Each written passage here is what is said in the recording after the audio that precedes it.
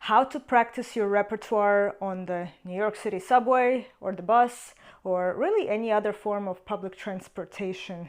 I don't mean to toot my own horn too much, but I feel that I am particularly qualified to speak on this topic.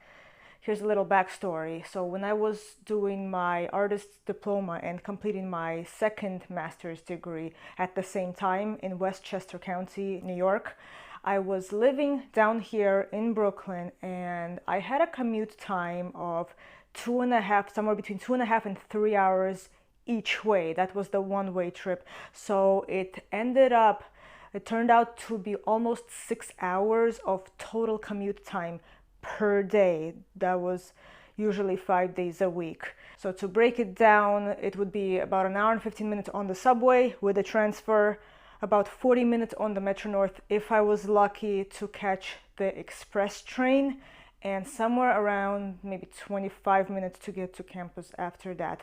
And then if you count in all the waiting time and transfer time, it turned out to be roughly between 2.5 and 3 hours each way. Now, I chose this life partly due to unexpected expenses and also partly due to the fact that I was teaching around 20 students here in Brooklyn near home, and that was on the weekends. And I was working at the music conservatory office part-time while finishing up the double degree. While it was very exhausting and it left me with very limited time to practice, I also knew that it was temporary, and I had already planned to remain in Brooklyn after graduating. It's also part of why I was able to pay off those student loans quickly. So during that time, I had no choice but to be very creative in how I practiced. And no, I did not take out my violin from its case on the subway. I did not busk on the train. I didn't do any of that. Now, the big lesson is to never underestimate the power of your mind and visualization. The mind can work for or against you depending on how you use it. So here are 5 ways you can practice on your commute. Not driving. This is assuming you're not driving. I wouldn't do this while driving. So even though driving sometimes cuts down the commute time, the downside is that you don't get to do this kind of work. All you need is your phone, a pair of headphones, and your imagination. Number 1, use your forearm to practice fingerings. Something like this. If you're standing during rush hour on a crowded subway, use that subway pole. Number 2 is to score study. You want to make the best out of a non-ideal situation. Now in New York City, the subway isn't always the greatest place to listen to music deliberately. Deliberately because we always must be vigilant of our surroundings here. There are a lot of crazy people, for those who've been here. But you can always download the score and make a Spotify playlist to at least follow along. So with deliberate listening, sometimes on the subway you can have a quiet ride and spend a good half hour doing that, but other times it's not possible, but you can still sometimes fit small sections of deliberate listening and watching the score. So every little bit counts. So for those of you who've already seen my videos on how to learn your orchestra and chamber music quicker, I'll link those down below in case you want to check them out.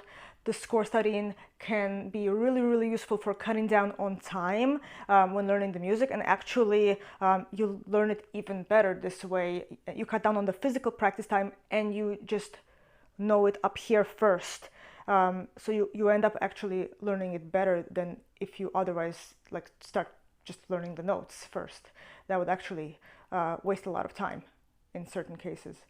Now, if you also have an iPad or your physical part with you, if you're doing orchestra and chamber music score studying, you can already start marking up your part with cues from the score.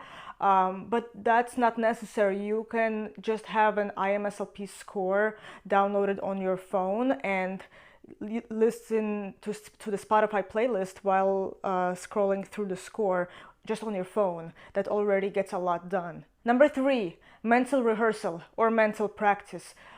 Depending how you look at it, depending on your strategy. The best way is to choose one section at a time, especially if it's something that can get more than one repetition on the commute.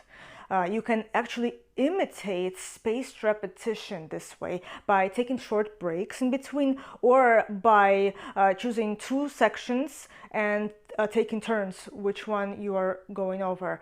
This will actually increase how much information you retain. When doing mental rehearsal, the most important thing is to audiate in your mind as vividly as possible. You can go over and imagine the phrasing, the bowing, the fingering. You can even imagine how much bow weight and speed you plan to use later when you practice physically. If you get really good at mental rehearsal, you can even start imagining how your body feels while you play, even though you're not actually playing. Because actually, the more times you repeat it the way you intend to, the less time you will need later to practice physically, even though you will still do some reps physically. 4, practice those bow directions using your wrist. Unless you want to be really obnoxious and attract unwanted attention and being the crazy person in the train car, especially if it's crowded, you don't want to elbow anybody, just use your wrist to practice the bow directions, something like this. Number 5, a very powerful one. Take a video of yourself that you recorded earlier and review it. Write down some notes for yourself for your next practice session. This is actually a type of self-coaching. In fact, I recently made a video on this topic, and I will link it right up here and in the description below. Here is a bonus for all of you who've made it this far. Thank you for watching. Do your best to imagine things correctly, the way you intend to perform later. If you notice a mistake, if you're imagining a passage and you notice you made a mistake up here, go back, slow it down and correct it. Repeat it several times, speed it up in your mind. Also, be mindful of your self-talk. This is something that took me a long time to really understand. Well, it's one thing to understand it and another thing to actually put it into practice, because self-talk can work either for you or against you, depending on how your relationship with yourself. Hopefully, you want to be on your own team, and you want to be encouraging to yourself. Self-discipline and self-compassion go hand in hand. It's not one or the other. For me, it's always worked best to take a neutral, objective stance when it comes to self-talk, especially when interpreting a score. And I like to speak to myself either in second or third person when doing self-coaching. So more ideas in my self-coaching video, which I will leave down below. But I hope that you got some ideas from this video as well. Let me know your biggest takeaway in the comment section below. By the way, I also have a free newsletter. If you are not signed up yet, links down in the description below. As a gift, you'll get a free practice plan template PDF and the ability to reach me directly. You will get my latest content, and on occasion I will share some exclusive information that I never share here on YouTube or in my blog. Until next time, happy practicing.